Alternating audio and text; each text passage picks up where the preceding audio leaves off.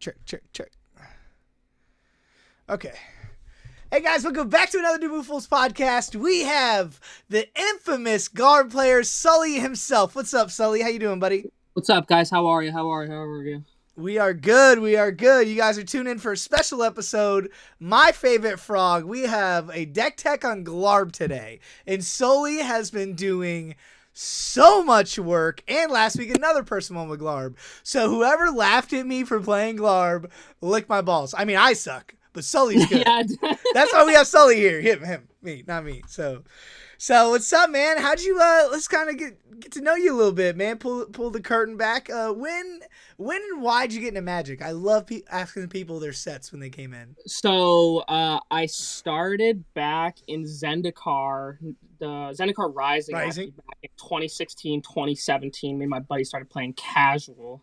Started with the Lord Windgrace Precon. And then from then I played Gruul for the longest time, Hans Eriksson. High-powered casual, turn 3, turn 4, turn 5 wins with Blightsteel Colossus, all that stuff. And then people started complaining about how powerful my deck was, and I was like, well, I'm not going to play with people that are complaining about how powerful this is, so I'll play something more powerful, then they see how they like it. Mm-hmm. So I ended up starting to play CDH in 2019, so about 1 to 2 years later, and then it just went downhill from there, basically. I started on Blue Farm because it was the meta deck, and I needed to learn the format. I needed to learn. Yeah, I know, seriously. It was the most boring deck I've ever played. I needed to learn. Basically, I wanted to play one of the meta decks because I wanted to learn what to look out for, what combo pieces are what decks are strong, and what decks perform better in tournaments than they do in casual CDH play. Because tournament play and CDH casual play is just two different worlds. Not even the same thing. Yeah. It's kind of ridiculous. For instance, put a timer on that bitch, and they're like, "What?" Exactly. Yeah. For instance, Glarb in both kind of kicks. You know what I mean? Mm-hmm. In casual, Glarb just does really funny shit. In tournament play, it pops off out of nowhere, and I love it. Yeah. And so I went from Blue Farm, and then I went from Blue Farm to Slimefoot and Squee because I like Dockside combos, but I hated... I was big on black as being a crutch for a very long time. Mm-hmm. And then I popped over to Dargo Thras, which was like my deck for the longest time. I love that. Because I loved the Displacer Kitten, Dockside, Manual Storm, Thrasios combos. They just felt so good to me, taking as many actions as possible. It's just so easy to win in that deck. Like, and then the bans came. Yeah. Dockside on 6, you're winning in that deck. Dockside on 3, I'm cooking. Maybe I won't win, but I'm doing some cool shit where I'm like, I don't even care if I lost. Right.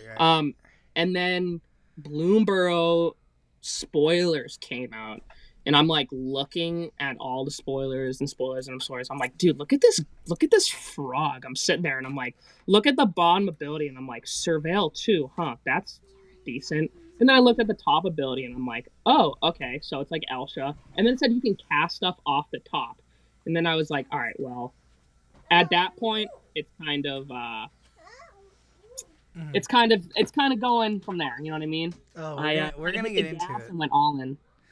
I think that's the best thing about Glarb is he is so underassuming, and we'll kind of get into it after We'll talk about Glarb in a second, but I was talking about this off air. So I don't know about you, but when you look at Glarb, you're like, look at this fucking meme ass deck. Like, how many decks have you seen? Bro. On Glarb is a meme, bro. On Glarb, it's the funniest thing.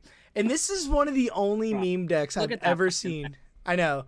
I've been playing CDH hardcore for 3 years now. Like, every single day I've devoted to CDH, and I think this is the first actual meme deck that is insane, right? Like, you know what I'm saying? Yeah, I feel that. At first, it's a meme deck, but it also just first owns to it, dude. Yeah, but now it's not a meme deck. This deck is a top 10 deck, like just stats. but I'm talking about when you first see it. How many times you see a new commander and you're like, I'll try this. This is cool. This is da da da. It's like what Gitrog wants to be. Right?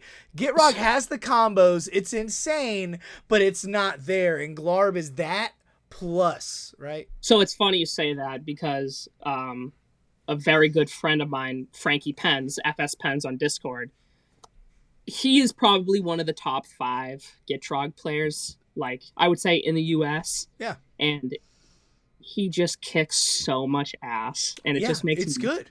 Like, I get 100%. the combos, but at the same time, I'm like, I have no idea what's going on. Yeah, I know back more, and I know the discard outlet, and I'm like, okay.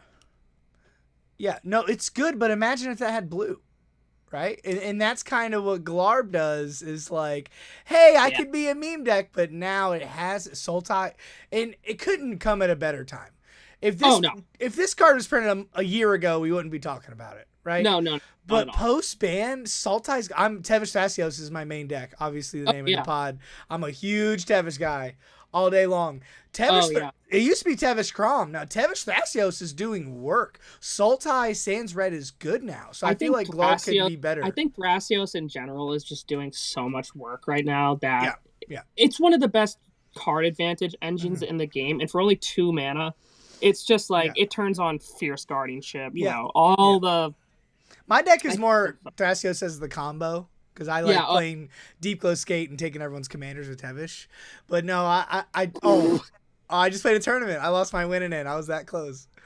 I took this guy's Madrotha, and I won with his Madrotha round 1, and he was so mad. I was like, thanks, I'll cast my Basalt Monolith from the bin. Dude, people are playing Muldrotha in the 99 of Glarb, and I think it's a little...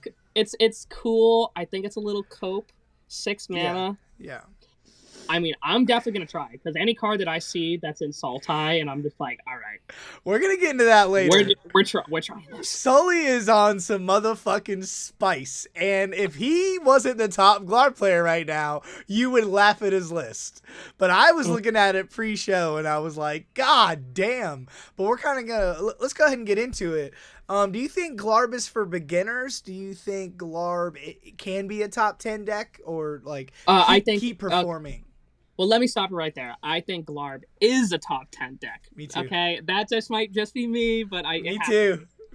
So, it depends on the build, I would say, for Glarb. I think Glarb, my list, I think it's not for the faint of heart. I think if you are very familiar with CDH and have been playing for about more than a year, maybe a little less than a year, and you know combos, you know matchups, you know who you're facing, you know what cards people are going to be playing, I think my list is pretty good for you if you like control mid-range and then combo pop off out of nowhere early at turn 3. There's other lists such as my friend Shriro, who does Protein Hulk combos like Reanimator, Doomsday lines, like stuff like that.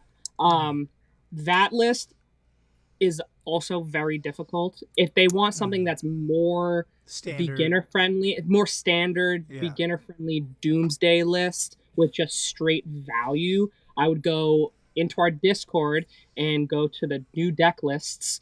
Scroll down to beginner start here. Go to AF Kaylee's. Her list is supreme for if you want to get into Glarb. You just want to pick it up. You want to sleeve up Glarb and play tonight. That's the deck. Try her list. Try her list. And then if you play her list and you say, I need something more, move into mine. Yeah. Well, you have. I'm not saying her list is bad. Their list is bad. I'm not saying my list is better. That would be my route. Well, after seeing all lists. Getting into it, for me, Glarb isn't easy to pilot. You're going to see this fun, cute little frog, and no one's going to assume you're anything. Everyone's going to make a joke at you, and then you're going to start winning games. And then you start to realize when they start to target you, Sultai doesn't have a I just win. Like, you're on Doomsday and Thoracle, of course, but you have to learn to grind. And I think that's the biggest misconception is, oh, I'm just going to sleeve up and play Glarb. I'm going to have a good time. Like, no, the better you are as a player and the more you understand Glarb, I feel like the better that deck's going to perform for you. Not just blue farm, right? Like, I haven't seen one blue farm player mulligan to 6 in my life. Like, this deck, you have to know what's going on at all times. You have to know you have to know your mulligans. You have to know what cards you're looking for. If you see one particular card in your hand, you're like, okay, I'll keep this if the next card I draw is this, or this. So if I see a culling ritual in my opening hand and I have all my mana to cast it on turn 2, turn 3, and I'm not going in 4th seat, game's over. I'm like, okay, if my fifth, sixth, seventh card is an outlet to Calling Ritual, I'm keeping that. Bolas Citadel or like Demonic Tutor. Like a Bolas Citadel, even a Necropotence. Oof. Because you still have black. Yes, you need Born Upon a Wind. Yes, you need a Flash Enabler. But it's so easy just to make that blue. It's so easy, and you have basically unlimited black and green after that. Right. Well, to a certain extent. Right. Let me go ahead and read them real quick. I forgot. I always forget to do that. So if you've been living under a rock, Glarb Calamity's Augur is Sultai. Frog Wizard Noble Death Touch 2/4. You may look at the top card of your library anytime. You may play lands and cast spells with mana value 4 or greater from the top of your library. Surveil 2. Surveil 2 is you can look at the top 2 cards and you can put them on top leave them there or graveyard, right?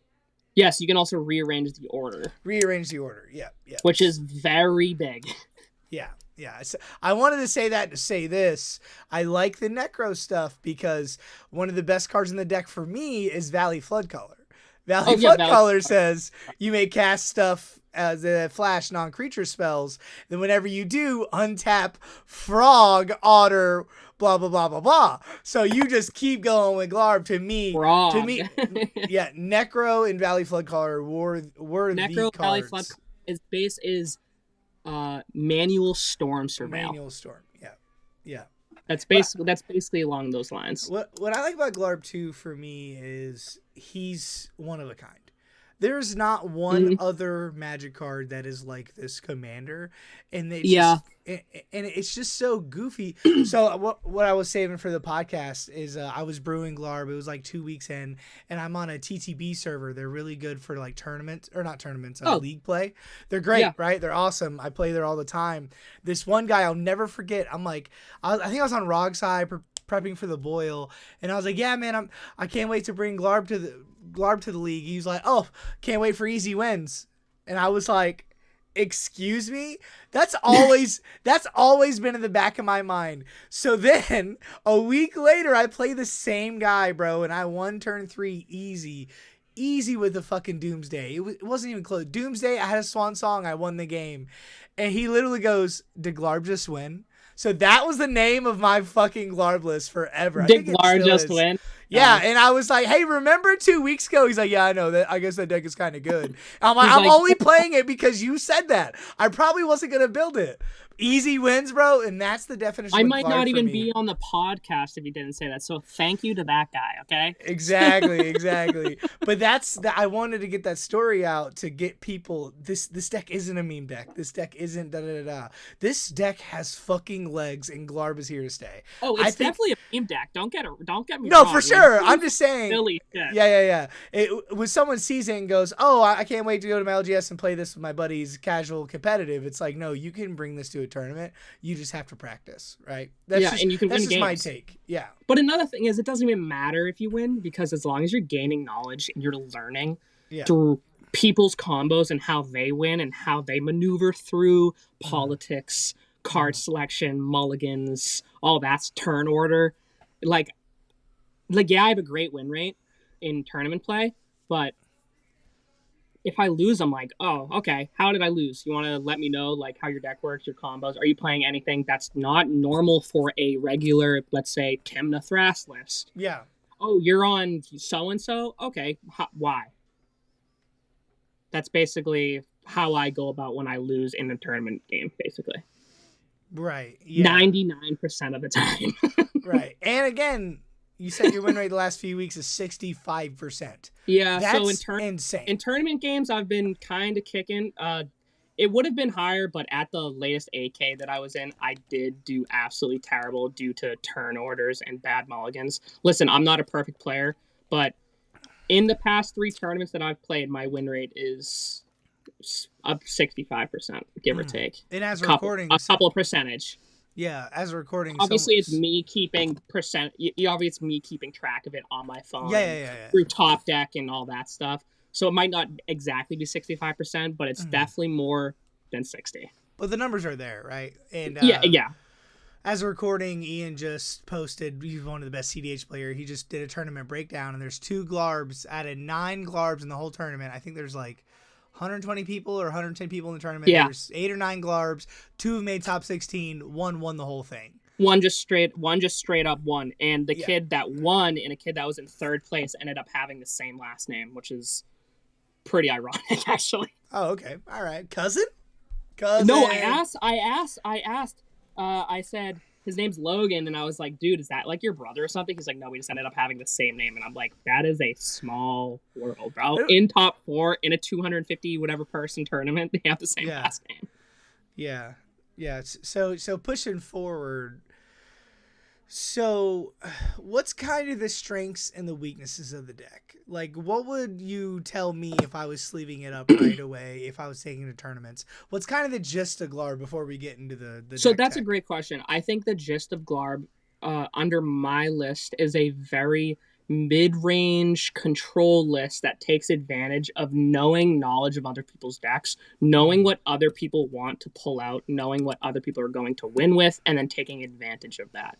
If I can politic my way into Glarb not being removed, like I was saying before, pre-podcast, about not killing Glarb and killing another commander creature. Oh, my Glarb just lets me look at the top card of my deck and surveil for 2. It doesn't even have, it has summoning sickness. You don't need to kill it.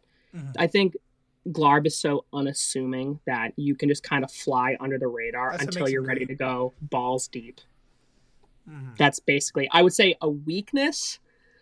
I'm kind of biased because I think Glarb is the best card ever printed, but no, there's weaknesses. There's not actual card advantage. There is weaknesses. I would say it's not actual card advantage other than the fact that you can look at the top card of your library. So you're not playing with 7 cards in your hand, you're playing with 8. That's how I look at it. Okay. It loses to Endurance pretty easily. Endurance is the one card where I'm just like, if they have an Endurance, I'm kind of screwed. So when I go for piles and Doomsday and such like that, I'm kind of always keeping something that says counter target spell, counter target creature, counter target permanent, just so I don't have to deal with the thought of getting Enduranced for 45 cards and having to restart them. Yeah, well, that's such a fringe card, though. Like, I think maybe Ken and Lister are on it, maybe. A lot of people in our Glarb Discord they also think it's a fringe card, but in Massachusetts, where I'm from, I play through Taunton, King's Court, with Steve Baker, the owner. Great owner. If you guys are ever in Mass, slide over to the King's Court. Great place to be. Great games, great people. Everyone and their mother in green is on Endurance. Don't know why. I mean, maybe it's because we're playing with a Gitrog, Timna, Thras, just like graveyard baloney. Everyone's running Endurance. Yeah, Hazel, Brewmaster Lines. Everyone, brother. Everyone. So, listen, it's funny because at the AK that I was in, that I did absolutely terrible in, 1-4, and then I dropped second day 2. No one had Endurance in their deck lists, and I prepared for everyone having Endurance in their deck list. Yeah, So I was just like I don't know, I don't even know what I was supposed to do. Like, it's kind of like a meta call. Yeah, I'm not The Simpsons. I can't tell the future, man. Like, right. I think if you're traveling like far away, but like meta. I think it's region meta. Yeah. If you're going to California or Florida, don't worry about it. But Northeast, It's funny that you say that because I did yesterday for the first time play with a Japanese player that lives in Japan that has family in Massachusetts. He came to the King's Court because through other podcasters that were talking about that store, heard that it was a great store. So he came through, and of course, me as a tournament grinder, I'm asking this guy too many questions. And thankfully, the dude was great. He answered all of them. So in Japan, no 5-color piles and no politics. They do not politic. They do not talk. The only time they talk is when someone is going for a win or plays a heavy loaded spell such as Doomsday, Adnaz, or Rogsai turn 1 baloney. I'm trying not to swear. I'm trying my best not to swear. It's me. I'm trying. Oh, okay. It's for your inner. Okay. Oh, it's because I swear, fucking Christ, dude, it's too much.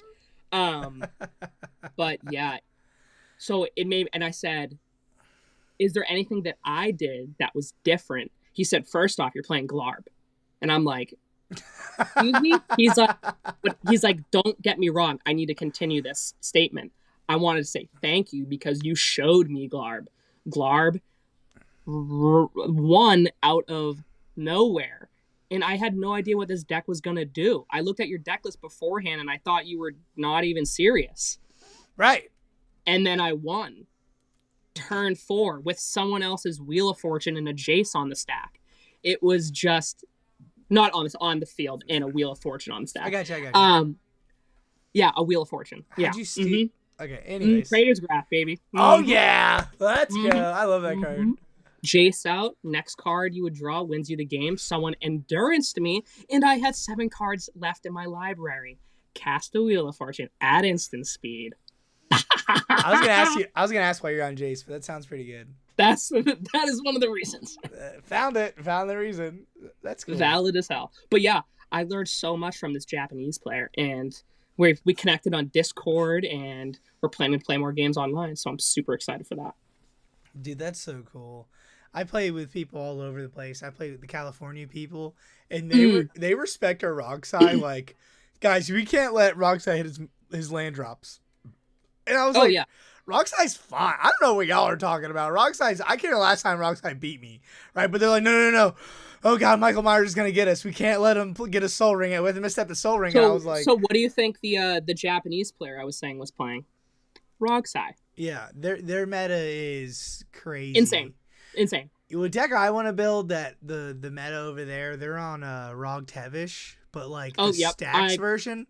Yeah, I have a player named Matt Luz. Love that guy, great guy. He plays that not stacks version, but he plays it with chaotic transformation. The only creature in his deck is Rog. Yeah. So he chaotic transformations it and then gets Razakath. Yeah. And then just wins the game. Yeah, I played the turbo version of that deck. I don't know if I'm there yet, but I want to build every Tevish deck for sure. Well, if you ever come out to Massachusetts, I'm sure both of us will give you the hands, okay? So I will never come on out to Mass. I would never be that way. But I would love to see like a future 10, 20, 100K. Like I was talking to Hire, he's throwing a big, I think 10, 12K in California. And we're talking about in 5-10 years, like they're gonna easily be 100K. Oh. Or 50K? Like, easily. Dude, no, 100K. Are you kidding? Like, well, that gets a little crazy, right? But, like, because you have to think, to get a 50K, you'd probably need 100K, right? For the okay, but people have gotten a 1K posting something 2 hours before the tournament. You know what I mean? That's what I'm saying. But we were talking about the future, and it's like 5 years ago, you wouldn't have thought of a 10K. Right, and now well, 5 years ago, you wouldn't even know what CDH is. You think it'd be high powered, like top. Yeah, you're right. Before COVID, before COVID, the CDH was spell table, right? Yeah, which I actually need to get back into. I currently am in a cardboard box right now. I don't have a PC because my PC shit the bed. He's homeless. It's okay. We do not judge here. I'm in the refrigerator box. It's okay. He's in the fridge. Yeah. He's like one of these. Is it cold in here? You're in one of those deep freezers that I can't think of their names. Oh man, this dude's geeking over here. That's crazy. The serial killers. I couldn't think of it. Like Dexter. Oh my god! The walk-in freezers. Is that what you have all the dead bodies around you. They're all couldn't get it out. Like dead pigs' bodies and shit. I'm like, is that a hand? No, man, that's just Glarb. That's not his. That's not his hand. No, I'll edit, so you'll be fine. You don't have to worry about what you look like. Oh yeah, no worries. But I'm gonna go ahead and share my screen. We're gonna throw Glarb on the screen here. Glarb. All right, can you see my screen? Oh, here we go. Yeah, I can see it. Oh, it's so weird looking at my list, but like not through my screen. It's so weird. Yeah, right. Yeah. Can I enlarge this so I can make it bigger? Sure. How do I do it? I have no clue. I'm just gonna zoom in on my iPad. That's what I'm gonna do. I'm sure you don't need to see your list. I'm sure you. I basically are. You just have to read the. You just have to say the card, and I already know it. Yeah. So I'm not gonna say his name. Oh. Because I don't agree with that M word. But I do like. What's his name? Luffy. Yeah, Luffy. Yeah. My brother's big into Usopp. Oh yeah, dude. One Piece. Let's go. Ugh. Get out of here. Dude, come on. I've been watching it since I was like 12 every Sunday. Every Sunday. And they're still making episodes. And they're still making yeah, and I love it. Yeah, so like Sully said, this list is for the faint of heart. Like, I don't think a beginner should take this list. But that being said, let's get into it. Let's go. So when you're playing this deck, we'll kind of go through and then we'll do individual choices. When you're playing this deck, what do you want your mulligans to look like? What are you looking for in the early game? The early game, I like early game advantage, such as we have a Sylvan Library, obviously, Mystic Remora, an early Rhystic Study, such as that. We have early mana, such as Chromox, Lotus Petal, Mox Diamond, you know, the general. That's what everybody deck wants, yeah. Oh, yeah. And then I also like a little bit of free interaction, but free interaction that Glarb can take advantage of, such as Snuff Out, stuff like that. Yeah. Yeah, over here next to the Mindbreak Trap. Yeah. I think I need something that's target removal. That's what, like, if I had, like, the best 7 without trying to win as fast as possible, I need some type of control piece. I'm also a big fan of the Worldly Tutor to get an early either Kitsa and or Valley Floodcaller to start the grinding situation. It really depends on the pod I'm in and what seat I'm in. If I'm going turn 1 to turn 2, I just want something as big and explosive as possible. If I'm going turn 3, turn 4, I kind of do like the playing dead like a possum type play style. Okay, so you're like kind of chilling. I'm chilling in the beginning. I'm chilling. Birds, in the beginning, your I'm chilling. Delighted Halfling. Are you trying to cast Glarb as soon as you can, or is that just a? Lately, in the beginning, when I first started tournament grinding, and I started to realize how much success I've been having with him, I wanted to turbo him out as fast as possible, kind of like how you do with Kinnan, how you just kind of just want to throw everything balls to the wall. But lately, within the past month, I would say, I've kind of been holding back on playing Glarb and just seeing how much value I can get solely through my card selection. That's basically what I've been doing so far. I like playing Glarb in the best case scenario, turn 3, turn 4. I've played him as late as turn 5 or turn 6 before as well, when it gets to that. Because my list is basically trying to push the game out as long as possible. Okay. Because in those games, I win. If it gets to turn 6, turn 7, and I have mana, like mana, I'm basically winning that game unless a Kinnan player is either going first or they have more mana than me. I got you. Yeah, this deck definitely has a bunch of mana. I think it's hilarious you're on Endurance. Yeah, dude. Listen. Oh, that's so funny. Endurance can save me as well. I was going to say, if someone blows you out or something. If someone blows me out, I'm screwed. So before I had Shieldred the Apocalypse, which I'll get to after I say this, I had Talion in the list, and when I went for a Doomsday line, people would be like, "Okay, how many one cost cards can we cast in response to him playing Thassa's Oracle?" So he just draws himself to death, and I've died to it multiple times. So I'm kind of trying to take a break from that.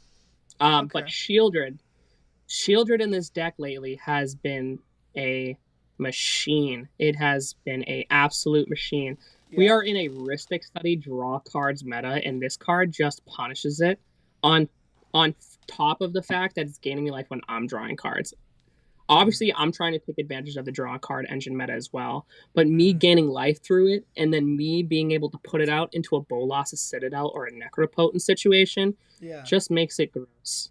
Realistically, I'm drawing 20 to 30 cards on Necropotents in the best case scenario. With Shieldred, I could draw 39 and not be worried about it. Really? Okay.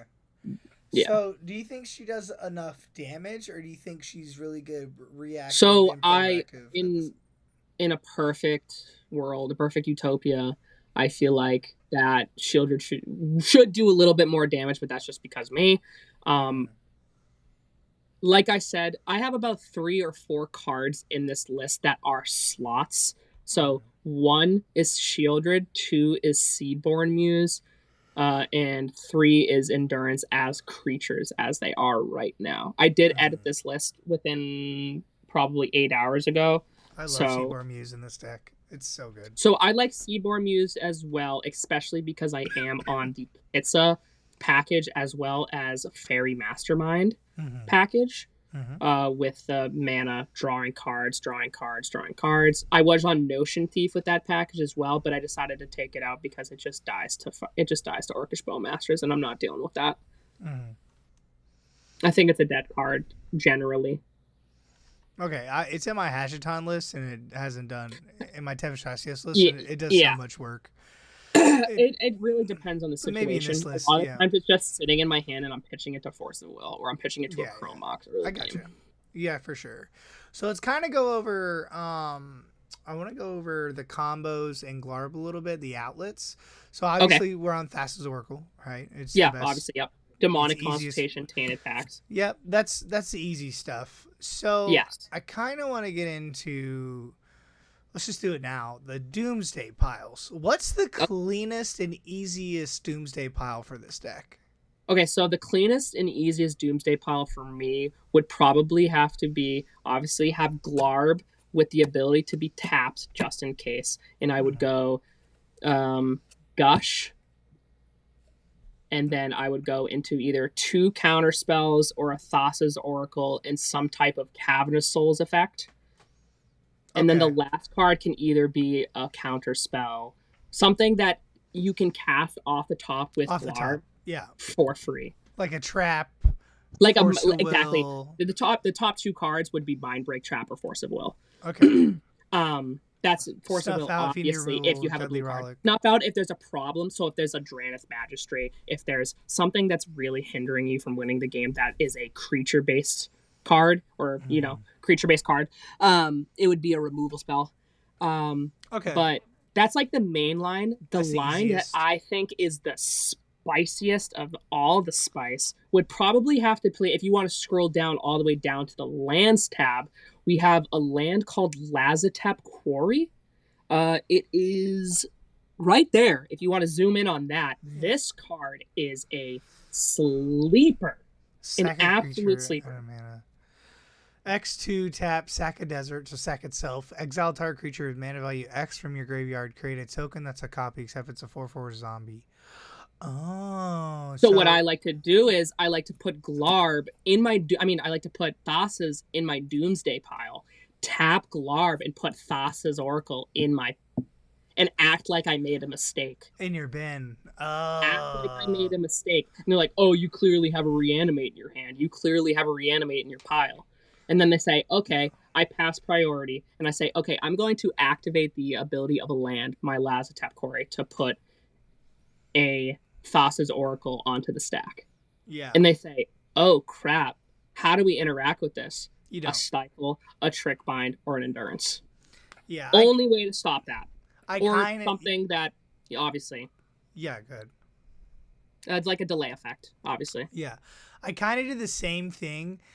I didn't need to cast any spells. I just needed to cast the Oracle, right? Because I knew I didn't have any creatures. So what I did in my Tevashasios over the tournament, what I did was I cast Thrasios for my devotion because I had Consult in hand, right? So I Tainted Pact for Thoracle. So Thoracle was... Yeah, but no. I had a Tainted Pact for the Thoracle to put in my hand to cast it because I had Consult in my hand. Well, what happened was I exiled all my library except like 5 cards. So I was like, fuck. So then what I did is I did that instep. So I cast Thrasios for my devotion. My devotion was 4 or 5 because I had Narset out. So I just cast Thoracle and I was going to win right there, right? I had Consult in my hand just in case. Did someone kill a blue permanent and then remove your devotion? No, they fucking... I had interaction. They fucking showed me a goddamn phase out land, Talon Gates. Talon Gates. And I was like, that's the only card that could have fucked me because I could have countered a spell if you try to remove it, countered anything. I had this, and they just flash in a fucking Talon Gates. They flash in a Talon Gates from their hand. Yep. I've lost that before too. Man, that's so bad. But anyways, so other than Gush, because I've noticed in the game I played, like, Gush throughout the game is just good. Just draw 2 cards. Is there any other clean Doomsday pile if Gush is gone? like in the bin or something? So I try to avoid, like, back to the opening hand situations. I try to avoid having Gush in my opening hand. I try to avoid having Gush in my hand in general, because I just don't like the fact of it being potentially exiled to Force of Negation and then being exiled and I can't win the easier way. Realistically, if I don't have Gush, I do just go for the Lazatep line, or I just go for like a Reanimate line and then just try to go for the Thassa's Oracle win. I don't really like winning with Thassa's Oracle because I feel like it's cheesy, but most of the time it's just how I win. Well, in tournaments, right? Yeah, in tournament play. In non-tournament plays, I'll have a Kitsa. I'll do a Kitsa line where I make infinite mana and infinite untaps of Kitsa, make a copy of Kitsa, have those infinite untaps, and then Praetor's Grasp someone for their LED and Underworld Breach, and then cast Mnemonic Betrayal so I keep getting their LED back. That's what I like. That's like the spiciest of the lines, but that's only happened like a handful of times. Yeah, well, that was the next thing. So Glarb isn't an outlet, but it is an outlet, right? So it is an outlet, yes. But what I'm saying is, it's not like a Thrasios Straw your deck. Oh, right? no. So it is I understand what you're saying. Yeah, so I kind of want to get into it and let people know. Sure. So on my list, I'm on Hullbreaker, right? Yeah. So what you do is, I was on Tyvar, so he obviously needed to be on tap. So then you can survey a whole deck, get a Hullbreaker or whatever, and then just play it where you play all the big 4 mana spells until you get a win, right? Yeah. But with so kind of explain to us kind of the Glarb outlet lines, like the Kitsa Dramatic Reversal. Are you on Dramatic Reversal? So Kitsa, I'm on Dramatic Reversal. Yeah. So the Kitsa Dramatic Reversal, or we also have the Valley Floodcaller Retraction Helix. I think I might actually be Banishing Knack. I'm on the other one, Banishing Knack, just because I don't have a Retraction Helix, and I have an Artist Proof one, which is fucking awesome. Cool. So basically what I do is I will present the line of infinite mana and infinite taps and untaps of non-land permanents with either Kitsa or Floodcaller, thank you. And I will surveil my deck with infinite mana until I have a Finale of Devastation on the top of my deck. I could either do it so I can cast Finale X equals 2 off the top because its CMC is 4 to get a Thassa's Oracle, and then in response surveil the rest of my deck to my graveyard. Or if I have enough creatures, I can just cast Finale of Devastation X equals 420,069. You know what I mean? Yeah. Something like that. Yeah. And win the game that way. I haven't won the game that way with combat damage as far as I remember, but I have done the line with Thassa's Oracle because someone had protection from the One Ring. Okay, I got you. So you're infinitely surveilling, right? So what about you're infinitely surveilling, and then you can either just, if you have a way to draw a card, you can also just infinitely surveil until you get Yogg's Will and then do it that way. Okay, Yogg's Will is one of the spicier cards you don't really see played, but I see how Yogg's Will could just be I fucked up, or I did this, or let me get my gush back, or whatever. So early in the game, if I have a Glarb out, let's say turn 1, turn 2, turn 3, and I just start surveilling cards in my graveyard, I don't care what I surveil as long as it's not something that helps me right then and there. I'll just throw it in the bin. Don't care about it. And then late game, I cast a Yogg's Will with protection. It's just a done deal. Yeah, game's over. Yeah. Oh yeah, but I do say this to friends: the best way to stop Yogg's Will is first look through my graveyard, see if I have free interaction in my graveyard, which most of the time I do. Do not counter the Yogg's Will and just counter the win. What I like to tell a lot of players that have been asking me about my deck list is, when you're wondering when to react or when to interact with someone, you just ask yourself the question: do you lose here? Are you losing on the spot? Are you losing to this card no matter what right now? Do I need to do something right now? like a Breach. Like, Breach isn't the win con, but it is the win con. Like, you have to stop Breach. Breach is resolves something, or lose. Yeah. Breach is something that if LED is not on the battlefield and it's in their hand, if Breach is not in the if Breach is not I keep stuttering, I'm sorry. You're good. If LED is not in their hand or their graveyard and it's on the battlefield, you counter the LED. You do not counter the Underworld Breach. They do not have infinite mana or near infinite mana when they have the LED. If you get it exiled through a Force of Negation or something like that. I love Force of Negging the LED. Because then they can't do anything. Or even you force negging their first cast of Brain Freeze, or the original cast of Brain Freeze. Underworld Breach is a problem card. Yes. Do you just straight lose? Not necessarily. You need to know your lines, or you need to know their lines. Correct. Yeah. You need to always be aware of what someone has in their graveyard. If they have a Demonic Tutor and Dark Ritual, Cabal Ritual, blah, blah, blah, blah, yes, that's dangerous because they don't need LED. They just keep recasting Dark Ritual, and then they get the Lotus Petal, and then they... I'm assuming people that are listening kind of understand that situation, so I'm not going to go too deep into that. Yeah, we're good. We're good. Yep, for sure. So I want to get into Tidespout.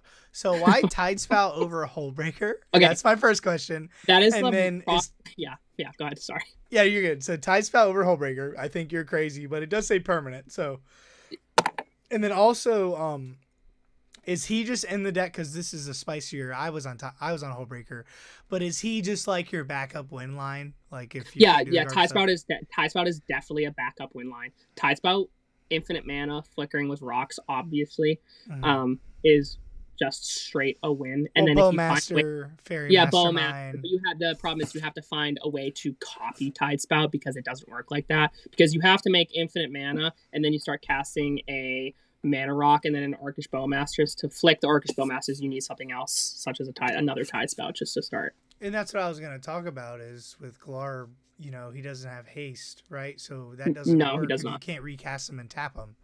So then it doesn't matter, yeah. Mm-hmm. Right. So how do you... So basically, I just use this card as you need to remove this card or they think they're just going to lose. That's how I've been playing it for the past couple of weeks. I've won tournament games with Tidespout, with infinite mana, and then I just start bouncing everyone's permanents, including their lands. And then I just go, okay, you guys play from turn 0, and I'm on turn 9 with a board that can't be stopped. And then they're just like, okay, I concede. GG's. Is that why it's Tidespout over Hullbreakers? Hullbreaker doesn't bounce permanents. Hullbreaker does not bounce permanents. Yes, it can't be countered, but I kind of want my Tidespout to be countered. Honestly, if they remove a piece of interaction and I'm not trying to win then and there and I just play it to play it, I'll be like, sick. That's one less counter spell, one less kill spell Glarb has to deal with. Okay, that's an interesting take. Okay. Same thing with Consecrated Sphinx. Yeah. Consecrated Sphinx needs to be removed. That's if a it is kill not on removed, card. If it is not removed, you just gain so much value. If there's not an Orcish Bowmasters or a type of Narset effect, you just win. Yeah. Yeah, I feel like Seaborn Muse, Con Sphinx, and Tidespout are kill on sight. Like, they come on, you relatively, they're not that great alone. Right. Besides, obviously, Consecrated Sphinx. But, yeah. And Seedborn Muse, I use as a politic piece. Seedborn Muse, I say, don't counter my seed. Let's say I finale for 5. Go for... They're like, oh, he's obviously grabbing a Seedborn Muse. And I go, you're right. I am grabbing a Seedborn Muse. And then I show them 2 pieces of interaction from my hand and say, I need this mana. I don't have currently I used too much of my mana on my turn, not including the finale for 5, because that would just be a stupid statement, to be able to interact with the next person in turn order. I need to be able to stop them from winning. So let me have this Seedborn Muse for their turn and then remove it. Yeah, Seaborn Muse is really good at policing for sure, but it's hard not to remove that bitch. It isn't. It's great. And I also have like the beautiful original foil that I got for dirt cheap from my buddy. So it's just like I have to play it. Yeah. That's so sick. Over the years, I've spent a little bit too much money on Magic, whether it be from tournament play, tournament winnings. Let's just like blur out how much that deck costs, and then we can continue. No. You believe in proxies. It's fine. Oh, yeah, I do believe in proxies, 110%. But, like, that alpha demonic tutor that you just hovered over, yeah, my heart hurts a little bit. Yeah. So, anyways, we could talk about this all day long. But let's go ahead and let's get into the... Oh, this is cool. Let's get into the kind of the spicier card. So you like Jace. Okay, is that because it's 4 mana, instant speed, if you have a high rate trickster and just win right there? So, yeah, 4 mana, instant speed, that's just super great. Obviously, casting off top with Glarb. That passively, I don't know if you can see because it's in Japanese, but it basically says the next time you would draw a card, if you have no cards in your library, you just straight win the game. It's a passive ability. There's no way to stop that unless you have like a trick bind effect or something like that. Bounce it. or bounce it. Typically, it's bouncy it, and then the +1 is either milling. It's milling a target player, and then you're drawing a card. So it also helps with a Doomsday package. You can put Jace in your Doomsday package, or a Doomsday package to just win you the game. Yeah. Have I ever ulted Jace? I did it once, and it killed me. So I don't really do that anymore. +1's target player mills 2 cards, draw a card. -8 is draw 7 cards if there's no library, has no cards in it, you win the game. But his static ability is if you would draw a card where library has no cards in it, you win the game. Also, what I like with Jace in this deck is if you do have infinite mana, which you have a bunch of ways to get infinite mana, you just surveil your bin and then boom, I'll get Jace, win the game, right? Win the game. Just keep going. Yep. So it's kind of a graveyard, blah blah blah blah blah. Wait for Jace to be on the top of your deck, cast it in response. Surveil. Yep. Yep, exactly. Yeah, I like that a lot. So I kind of like Jace. I think I'm going to try that in my list. Molt Tender. What the fuck is this card? Ooh, so that's the new card from the new Aether Drift. So I actually just slotted that in about a week ago. I bought 8 Molt Tenders because I think the card is sick. I think it's a worse Deathrite Shaman, but it is great for cards that want to put stuff in your graveyard. That's basically where I'm at right now with it. Turn 1, if you play Molt Tender with a fetch land, turn 2, it's a mana dork. It's a great card. Surveilling dead cards into your bin, such as lands or other cards that you don't really care about, such as, let's say, stupid stuff that you don't really care about in your graveyard in general. You can mill it for mana. Currently, that is a slot pick for the mana dorks. That got slotted out for Elves of Deep Shadow. I just wanted to try it because I always try 2 to 3 cards from the new set just to try them. Let me know if it were. I think this might be a better Deathrite because normally Deathrite, the other abilities are irrelevant. And then this isn't land. This is exile a card from your graveyard. Card, yes. From your library, yes. It is good. I do like the Seedborn Deathrite Shaman combo if you're really not working with anything, if you're low on life, gaining life. But Molt Tender is pretty good. It is also extremely good in Gitrog lists. Extremely good, mind you. Because it gives you another draw trigger. Okay. Yeah, Millicart, yeah. Okay. All right. Yeah, I'm definitely gonna keep my eye out for this. Yeah, I think it'll definitely shoot up on the stocks, to say the least. Okay. Yeah, I'll look at it for sure. So we're on the traditional stuff. I think Calling Ritual is probably a top 5, top 10 card right now in CDH. Yeah, I would even say it's top 3. I think that that's debatable. Dude, in black-green, any deck that runs black-green is running Calling Ritual. And if they just cast it, they pretty much just win the game. That's in my opinion, at least. I agree with you, but you still got the Orcushes and the Ristics and the Mystics that I think that's fair. Just warp games with Calling. It could be a board wipe. You could have a win because it's not. But you know what removes everything but Ristic Buddy? A Calling Ritual. No, I agree. It's a 4-mana sorcery though. That's kind of the downfall. But I'm definitely with you, though. Like, I was casting Calling Rituals. I was like, yeah, I'll kill all my thralls. I don't care. Like, what are you going to do with all that mana? Nothing. I'm going to pass turn and just watch you guys cry. You're in the state. And I'm going to activate my Thrassios. I'm going to recast my Thrasios. I'm going to spin Thrasios a couple times, pass turn, and watch you guys do nothing while my Sultai deck just runs. I'll play a land. I will pass. Exactly. Yeah. It's definitely, I'll give you top 5 for sure. Like, it's hard to argue top 5, but 4-mana sorcery. Talk to me in 3 months, and then we'll see where it's at. But no, it went from a good card to a top 5 card. Like, post-ban 100%. All day long. Like, no one can argue that. Like, that's the crazy part. So you're on Praetor's Grass. I love Praetor's Grass. Yogsville, we talked about it earlier. I really like Yogsville in a deck like this because it's one of those, like you said, it's your Underworld Breach. Or you don't have to win. You could just be like, it's a backup. Yeah. You can, like you said, you don't even have to win. I'm just going to cast this Yogsville.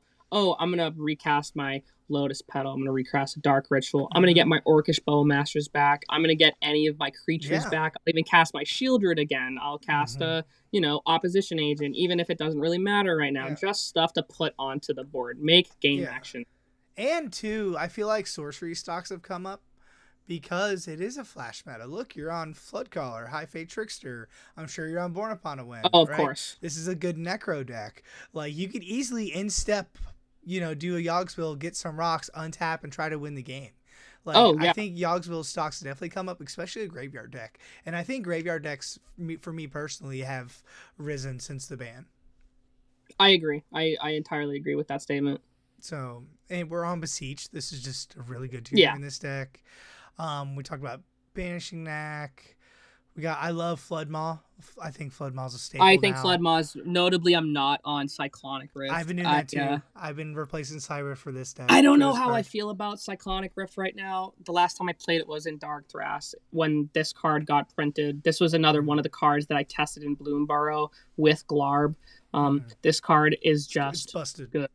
It's just good. And giving someone a 1/1 is not even that bad. Like, yes, it has the Forbidden Orchard effect, but sometimes the 1/1 matters. Yeah, and you can pick though. It's not the person you're removing it. Yeah, you can give it to the shitter player that doesn't. I don't think it's better than Cyclonic Rift, but I definitely think right now in this meta, like, this is really good. I think big mana decks definitely keep Rift in it. But you can't 1 mana bounce spell at this rate. There's no downside. It's a better Chain of Vapor. 100%. I love this card all day. Like, Chain of Vapor is good if you're doing the Kinnan thing where you're just like tapping your mana, bouncing it, replaying it, bouncing it, stuff like that. Yeah, Noxious Revival is really good in this deck. Oh, Noxious Revival is so good in that deck. I love it. Double cast Deadly Relic. Baby, yes. That card is sick. Oh, there's 2 permanents. You can only get rid of 1. Ha! Get fucked. Got him. LQR, how has that been tested? All right. This is the card I was waiting to talk about. Okay. LQR. This card says kill any creature that doesn't have Indestructible when you have Glarb out. Okay. This card. Oh, yeah, he has Death Touch. Death Touch. Yes. Everyone forgets about that. This card is top 3 best cards in this deck. It protects any of your problem pieces and kills any problem piece. Yeah, it can kill your creatures too if said need. Yeah, let me read it for the audio listeners. It's 1 green mana, Legacy Quick Reflexes, split second, untap target creature. Until in a turn, it gains hexproof, reach, and whenever this creature becomes tapped, it deals damage to its power up to 1 target creature. So he's right. When Glarb, when he has Death Touch, so if he were to hit somebody, they would see the Death Touch and they would die. Yes. Also, if it's on someone else's turn, you cast the LQR. After LQR resolves, obviously it has to resolve because it has split second. You tap Glarb to surveil 2. You're tapping Glarb per LQR, so you're dealing 2 damage Death Touch to someone or someone's creature. To anything. Anything. Yes. Well, and also it protects Glarb because it's hexproof. Exactly. And it also triggers Valley Floodcaller. Yeah. It's a 1 mana protect my commander, split second. Also, it kills anything I want it to kill. Yeah, so I think insane. I would consider it like a command card, like Cogless Command. You can do multiple things with this card, and you don't even have to choose the options. You just get them all. Why is this card 1 mana? I don't know. They made it. No, I don't even think the problem is the 1 mana part. I think the problem is the split second part. Yeah. Any card that has split second on it has to be broken. What's funny too is you could, like, if you don't have Glarb out, you could, like, just hit one of your mana dorks. It's free, or hit someone else's creature, have them tapped, and hit something. Yeah. Yeah. It's pretty dope. Or in response to damage, you tap Glarb and kill something else. Yeah, no, for sure. And I feel like LQR is one of those cards that it's insane in the right deck. Like, when this first got printed, people put in every green deck. I think it has to be the right deck, and this is the perfect deck for this card. So I think Selvala. Selvala, extremely good in mono green stuff, Morrowind, stuff like that. Yeah, you're on. So we're on Counterbalance, right? Yeah. So what I noticed with some good Glarb lists is you're not, like, on every counter spells. 1, 2, 3. I'm basically on 4, the generic ones. 5, 6, 7, maybe 8. Yeah, so a lot of people are 8 to 10, but in this deck you can be on 8 because you're on Counterbalance is so good in this deck. Counterbalance is extremely good in this deck. I actually had a question about this from one of my Discord members yesterday. Am I tutoring for Counterbalance? No, I don't need to tutor for Counterbalance. No. If I get it, I'm like sick. That's the one card in my deck where I'm like, nice. This is I can't cast it off the top of Glarb, but next turn when I cast this, we're in a good spot. And it counters a lot of things. And it's like the slower, right? This is a slower game plan. You're okay. Like, no, we're tutoring for Necro and winning. We're not tutoring for counterbalance. But it's like, exactly. I have a turn 2 counterbalance, turn 3 Glarb. Enchantments and artifacts are kind of hard to tutor for in this deck. I know me saying that as a black player. Mm-hmm. But I'm not going to Demonic Tutor, Vampiric Tutor, Imperial Seal for a card like that. I'm going to do that for a win. I'm going to look for a counter. I'm going to look for a win. Mana. Yeah. Something along those lines. Something that just gets me so far ahead where there's like, okay, this guy's a problem. We need to figure out how to deal with it, because if we don't, we just lose. So let's talk about it. 2 more cards I want to talk about. Sure. Bolas Citadel. I don't see this card in Glarb list that much. Is this just insane? Is this?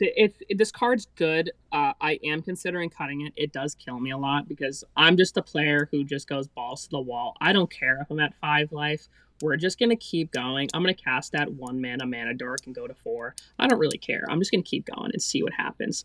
I've won multiple times with this card, though. With the top card of my deck with the Bolas Citadel out is a High Fate Trickster. And then I just keep going and keep going and keep going and keep going until I get a Thassa's Oracle. And then with that Thassa's Oracle ETB on the stack, I keep sifting my library and casting off the top until I find a Demonic Consultation, Tainted Pact, or something to put it to the top, such as a Mystical Tutor, Imperial Seal, Vampiric Tutor. Yeah, I feel like if this sticks with the Floodcaller or High Fate Trickster, you're probably winning the game. Oh, yeah, you're 100% winning the game, especially if you also have something that gains you life, such as Shieldred or the Deathrite Shaman, blah, blah, blah, untap, tap, tap, untap, gain so much life. If you're at like 60 life, which doesn't happen a lot, but with Shieldred, it can happen, you just win. Yeah, I was going to say. The only issue with Bolas Citadel is, like, Exploration's really good in this deck, right? This deck can run 28, 29, 30 lands if they want to. So that's why people are kind of off of Bolas Citadel, and you can't cheat it in. But I feel like you said, there is a correction. I might have to correct you on that one. There is one way to cheat in a Bolas Citadel in this deck. Shifting Woodlands. Oh, I didn't even know that was in the list. Which is a land. Yep. Okay, my bad. No, you're good. 4 mana. Okay. All right. 4 mana Bolas Citadel is pretty freaking good, man. After surveilling it, and okay, I didn't get to the land yet. I got you. So, also, what do you think about cards like Adnos? Because Glarb can look at the top. So, looking at the top card of your library, you can do anytime. That's not a game action. So, I've seen some players that have recently joined the Discord that have been on Adnos. I'm not a fan of it because I like casting cards that aren't usually casted in CDH, such as the 4 CMC spells where you're just like, holy crap, why are you running Shieldred? I feel like running Adnos would kind of defeat the purpose of Glarb. You're casting cards off the top with 4 CMC, meaning or greater. So you're going to want to cast those spells that actually matter. You can run Adnos. It definitely does things in response. You can tap Glarb and get 2 more, blah, blah, blah. I get that. Yeah. I just don't see no appeal in it. Like I said, my first deck that I played was Blue Farm, and I think I've casted Adnos quite too many times for me to. I just feel like with this deck, it breaks parity on the bad cards, like the Snuff Outs and all the Gushes and all that stuff. So I just feel like Adnos is kind of like awkward because then you have to cut some of those cards. But that's why the deck is good. It has free interaction. And I'm never gonna cut those. I'm never gonna cut those cards. Correct. Gush is a staple in this deck. Yeah. Okay. All right. So I want to talk about the Kingpin Necropotence. Let's go. So is this just the best card in this, like, best combo, this and Doomsday? This is the best card. This is the best card in the deck. Yeah. Necropotence is the best card in this deck. So Necropotence, with Glarb out, you can activate Necropotence for 1, then look at the next card with Glarb's ability because it says any time. Yeah. So you can see if you want to keep going. Once you can see if the next card's born upon a wind. You can see if the next card's free mana. It just gives you the ability of not having the unknown information of what you just necropotenced into, which I'm a huge fan of. And you're easily like, I'll do necro. Oh, yeah, I don't need to say I'm going to necro for 30. I'm going to say I'm going to necro for 1. Yeah, I'm going to necro for 1. I'm going to necro for 1. And in tournament play, you kind of have to say that as many times as you're necroing. Right. You can't go. They can't just 30. Rush you. They're not gonna rush you. It's tournament play. Yeah, but casual play, and my buddies would be like, "All right, come on, realistically, just keep going and tell us when you're gonna stop." And I'm like, "Okay." Yeah, but you don't know when you're gonna stop. What I like in this deck is you could easily just be like, a Necro for 1, Necro for 1, Necro for 1. Ooh, cool, Sylvan Library. Yeah, exactly. There's a Sylvan Library there. That sucks. I'm gonna tap 2. Yeah. Like, it's a dead card. You don't want it. Or One Ring. Let me cast One Ring real quick. Necro. Exactly. No one's doing that after a Necrophones. Yeah, no one's doing that. I'm looking for a win or make so much value where I just can't. Also, Bowl of Citadel Necro's a win. Oh, of course. But it's also very clunky and might not be the best. No, I agree. I'm saying if you resolve a Culling Ritual for 18 black mana. You're like, there's no way I lose if I get one Have of these. Have I Culling Ritualed for 18 mana before? Hell yes. Have I won the game? Yes. Have I lost more than I've won? Yes. Yeah, 100%. It happens. So Necro is good, and also I like synergistic cards with cards that are the best. Like Floodcaller is really good with Glarb. Necro Floodcaller is a win. Like if I have mana and I have these out, like game's over. 100%. Yeah, so 100%. We can agree on that. And then I just want to look over the lands. We talked about the Lazy Top. It's all traditional stuff. You are Talon Gates, I think it goes in every deck. And I think Talon Gates is a great protection piece. Shifting Woodlands, I feel like it was hot out of the gate, but I haven't heard much of it lately. So, the best card in the deck is Necrophones. Yep. Second best card in the deck is Shifting Woodlands. Okay. In my opinion, in my list. This card is so versatile, and it activates the Delirium effect very easily. Very easily. Sometimes, obviously, you're like, damn, I need one land in the graveyard and I don't have a fetch land. What do I do? Or so it gets to that situation sometimes. Yeah, but for Shifting Woodlands, if you have that out and your Necropotence or your Bolas's Citadel gets countered, you're like, okay, cool. I'll make my Shifting Woodlands a Bolas's Citadel. I'll win the game. A Necro or... basically any problem piece. Except things, obviously, that have ETBs because it doesn't trigger ETBs because it becomes a copy of. So you can't do it with Thassa's Oracle. You sadly can't do it with Seedborn Muse because you can't respond to their untap. Right. Yeah, there's no ETBs. You're right. But like Bull said, well, it's like really good in green breach decks, right? It's your another breach. It's also, you can just keep drawing cards with the One Ring as well. Yeah. I know it's only one card, but I've Shifting Woodlands for a Ristic Study like on my combo turn. It's drawn me 4 cards. Oh, of course, dude. So like both of us were saying before, it's a draw card meta. It's literally what it is. It's a Ristic Study meta. Yeah, I want to go through your considering. Why aren't you Tyvar? I think Tyvar is fucking insane. That is actually going to be my next slot in. Okay. That's why it's at the very top. It is going to be my next slot in piece that I will be play testing within the next 2 weeks. I play test 3 cards every 2 weeks. So I just go through a rotation. I like that. Because I work a lot, so I don't really have enough time to play Magic as I'd like to be. I am buying a new PC, so I will be able to play Spellcable more. You hop on my Discord, bro. I want to play. Oh, I'm waiting for that invite. We're definitely jamming some games now. For sure. But yeah, I think other than that, like, I love your list. I love Tyvar. But other than that, like, I don't know if I would be on Bull Citadel, but like you said, it wins you games. It's so it's from the creatures, it's basically the Shieldred and the Endurance as well as the Seedborn Muse, and then it's going to be Bolas's Citadel. Just the cards that haven't really been doing good for me lately, I'm going to be sifting out. Yeah, and I feel like with what do you think? So I'll get on that. So what do you think about, like, for me, I think Glarb the next year, like, what does the next year for Glarb look? Does it look like, I think it's going to be fine. Like you said, you keep testing. I think it's just going to get better and better. I think it's just going to get better, especially with the new releases. Will it be affected by the bans and unbannings? Let's put it this way. If Fast Bond and Prophet of Crewfix gets unbanned, I'm cutting Seedborn Muse and I'm never looking at that card again. Yeah. Well, Fast Bond and Bull Citadel. Yeah, you just win. Yeah. But giving Prophet of Crewfix it also has your creatures have flash, so it's just kind of like. Yeah, but that's all speculation. Who knows? Oh yeah, What that's just me. Study? That's What if just they me ban like Glarb? assuming. Yeah, yeah. They're gonna ban Glarb. The banning of other cards, I don't think anything that's really going to affect it. The unbanning of Mana Crypt and Jeweled Lotus didn't really affect it. I'm going to throw Mana Crypt into the deck because I'm a greedy player. I don't care about having a dead Mox Opal. I'm just gonna want to throw it in just because. Yeah. Yeah, I don't know if they're gonna. I don't know if they're gonna unban the recent ones, but they're definitely talking about the fringier cards like Coalition Victory. They're probably gonna revisit. I even seen it as far as the green Primeval Titan. I've even seen people thinking about that getting unbanned in like Rofellos.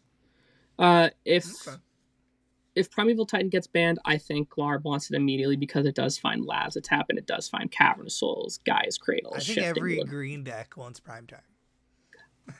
Yeah, I would forget. Yeah, probably. Kennen? Yeah, if Kennen gets access to that and Prophet of Crufix, I think it becomes the best deck in the meta. Just saying. And I hope God it doesn't. I hate Kennen with a burning passion. I don't hate Kennen. I hate bad players that think they're good with Kennen because the problem hard is to play. The store I was talking about before, King's Court, Steve Baker, is I would have to go as far as saying as he might be the best Kennen player in New England, let alone US, because he just wins. Most of my losses are to him. Really? Was that the place that hosted Royal Rumble? That is the Royal Rumble. Yep, Steve Baker hosted the Royal Rumble, and that is the tournament that I did Cripe in. It's funny because what's his name? Freedom Waffle won that tournament. Freedom Waffle did win, and it was funny because I know Freedom Waffle through Discord, but I've never seen what he looks like. And I had a conversation with him, and I didn't realize who he was. He's so cool. It was hilarious. But I met so many cool people. Yeah. So we had at the AK, if you don't mind if we vert off a little bit. Yeah, we're pretty much done now. Yeah. We had RK Post. Mm-hmm. As one of the artists there, and we had MTG Sick Deals, which is a Facebook group that sells crazy amount of cards for great prices. So basically the vendors there were the best vendors I've ever seen, as well as they had the artist for Abdel Adrian, so I got a nice little artist proof from him. Oh, that's freaking cool. Yeah, it was sick. And I think Abdel Adrian is just such a sick card in general. Yeah, I agree 100%. So, wrapping it up, was there anything else you wanted to add to Glarb? Any crazy niche thing people need to know? I just wanted to let you guys know that on my Discord, I don't know if I've posted it yet. I mean, on my deck list, there is the Discord for Glarb. Mm-hmm. My name is Sully. If you guys have any questions regarding anything regarding CDH, Glarb, you guys could even ask me what I ate for dinner. Feel free to hit me up. I am an open book. I love friends, love people. I'm a big talker, obviously. So if you guys need any help with anything regarding CDH or just need someone to talk to, feel free to hit me up. I'm an open book. Yeah, I noticed you're very active in the Discord. Yeah, I just love giving information, and I love making it. When I first started Commander in general or Magic in general, there were so many people that just did that for me, and I want to become one of those people that just gives it back. I have to give it back. I have to. Yeah, my biggest thing is brewing and getting people into this game. I just want to see someone that's passionate and build stuff that they haven't even. I love casual, don't get me wrong, and I love seeing the wonky 5-color Kenrith energy builds. Like, it's awesome. Yeah. It is awesome to see, and I just want to spread the information that yes, Magic's nerdy and we're all a little bit weird in our own ways, but this game is sick and it makes people happy, and there's a reason for that. Dude, I couldn't agree with you more. On that note, that's all we got for today. Thanks a lot, Sully. You're the fucking man. Thank you. Back on here. Glarb I appreciate the invite. Glarb, his moistness for president. Don't get it twisted. Whoa, we're not going that far. On Glarb, but all right, guys, baby. Smack the sub button, smack the like button. I will put all his links down below. Like you said, his Discord's awesome. His Mox Field's cool. Hit him up, ask him, get in the Discord. Let's get Glarb top 5 deck instead of top 10. But no, let's go. All right, guys, we're out of here. Peace, guys.